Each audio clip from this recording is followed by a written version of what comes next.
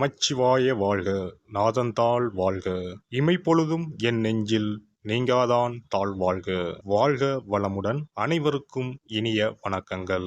நாம் இந்த பதிவில் வக்ர நிவர்த்தி அடையும் குரு பகவான் உங்கள் ராசிக்கு என்னென்ன பலன்களை தரப்போகிறார், அதற்கான பரிகாரம் என்ன என்பதனை பற்றி விரிவாக காண்போம்.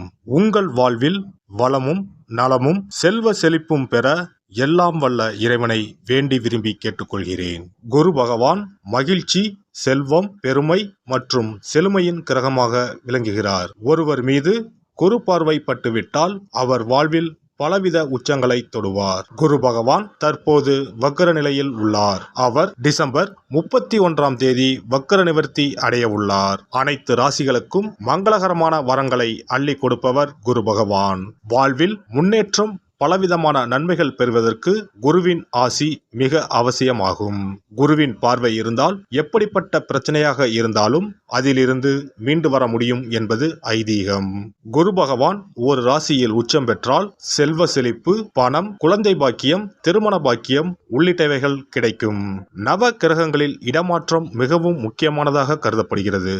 ஒருவர் பிறக்கும் போது நவ கிரகங்கள் எந்தெந்த நிலையில் இருக்கின்றார்களோ அதனை பொறுத்தே அவர்களது ஜாதகம் அமைக்கப்படும். அந்த வகையில் தற்போது மேசராசியில் பயணம் செய்து வரும் குரு பகவான் வரும் டிசம்பர் 31ஆம் தேதி வக்ர நிவர்த்தி அடைகிறார். இதன் காரணமாக வரும் 2024ஆம் ஆண்டு 12 ராசிகளுக்கும் குரு பகவானின் தாக்கம் ஏற்படுகிறது. ஒரு சில ராசிகள் சிறப்பான பலன்களை பெறப்போகின்றனர். அது எந்தெந்த ராசிகள் என்பது குறித்து தெரிந்து கொள்வோம்.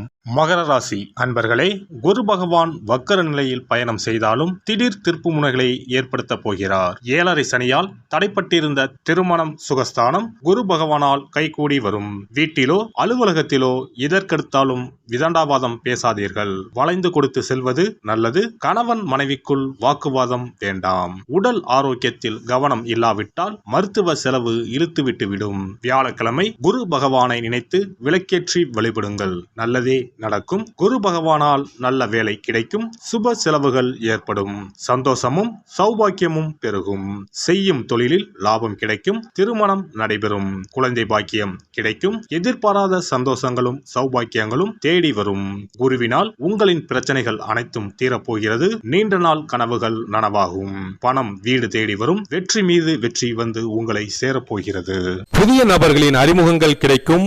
வாழ்க்கை துணைவர் வழியில் ஒத்துழைப்பு ஏற்படும். கூட்டு வியாபார பணிகளில் முன்னேற்றமான சூழ்நிலை உண்டாகும். தந்தை வழி உறவினர்களின் மூலம் ஆதரவான வாய்ப்புகள் ஏற்படும். உயரதிகாரிகளின் ஒத்துழைப்பு கிடைக்கப் பெறுவீர்கள். ஏற்றுமதி மற்றும் இறக்குமதி சார்ந்த வியாபார பணிகளில் முன்னேற்றம் உண்டாகும்.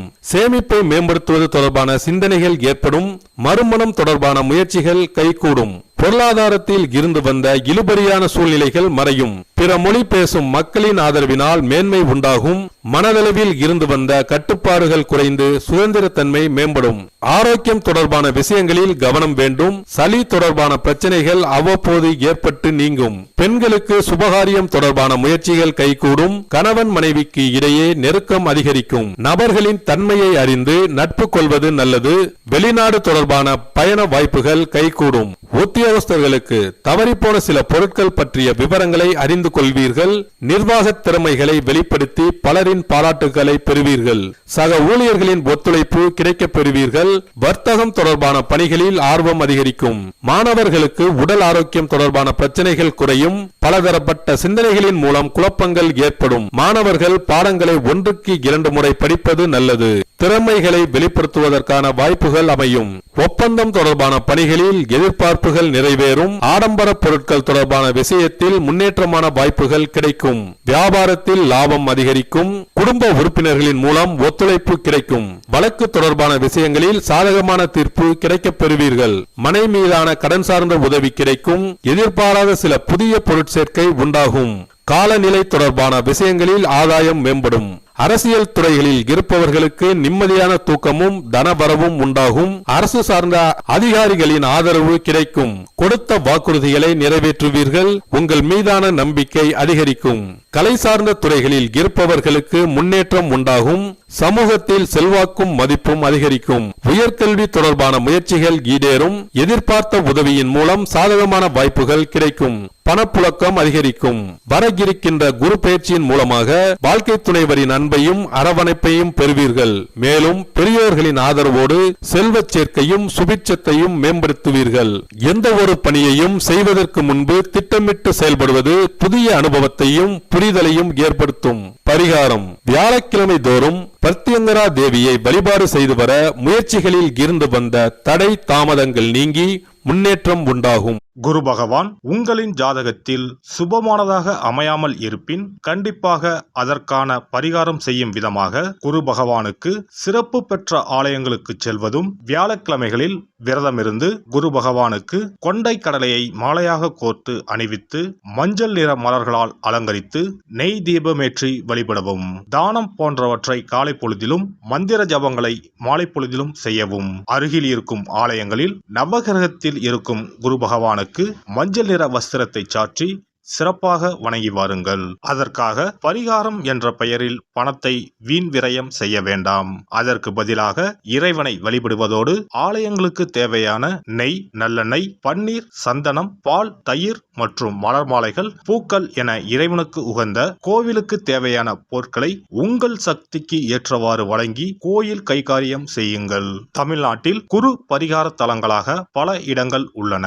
இவற்றில் கும்பகோணம் அருகே உள்ள ஆலங்குடி குருஸ்தலமாகும். தஞ்சாவூர் மாவட்டம் திட்டை, மதுரை மாவட்டம் சோழவந்தான் அருகில் உள்ள குருவித்துறை, சிவகங்கை மாவட்டம் காரைக்குடி அருகில் உள்ள பட்டமங்கலம் உள்ளிட்ட ஆலயங்களில் பரிகார பூஜைகள் செய்து வழிபடலாம். நவ திருப்பதிகளில் ஒன்றான ஆழ்வார் திருநகரி குருஸ்தலமாகும். அங்கும் வழிபாடு செய்யலாம். திருச்செந்தூரில் முருகப்பெருமான் குரு வடிவாகவே அருள் புரிகிறார். சூரசம்ஹாரம் செய்த பின்பு முருகப்பெருமான் அந்த தோஷத்தை போக்குவதற்காக திருச்செந்தூரில் சிவபெருமானை பூஜித்தார். குருவருள் பெற திருச்செந்தூருக்கு செல்லுங்கள்.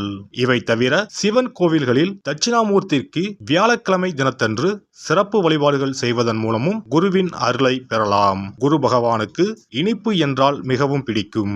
அதனால் வியாழக்கிழமை விரதம் இருந்து இனிப்பு செய்து அவருக்கு படையலாக வைத்தால் அவரின் பார்வை நம் மீது திரும்பும் என்பது ஐதீகம். எல்லாம் வல்ல இறையருளால் நீங்களும் உங்கள் அன்பு குடும்பமும் உடல் நலம், நீலாயுள், நிறை செல்வம், உயர் புகழ், மெய்ஞானம் ஓங்கி வாழ்க வளமுடன். இந்த வீடியோ உங்களுக்கு பிடிச்சிருந்தா லைக் பண்ணுங்க, ஷேர் பண்ணுங்க அண்ட் சப்ஸ்கிரைப் பண்ணுங்க. பக்கத்துல இருக்க பெல் ஐகானை கிளிக் பண்ணுங்க. நன்றி, வணக்கம், வாழ்க வளமுடன்.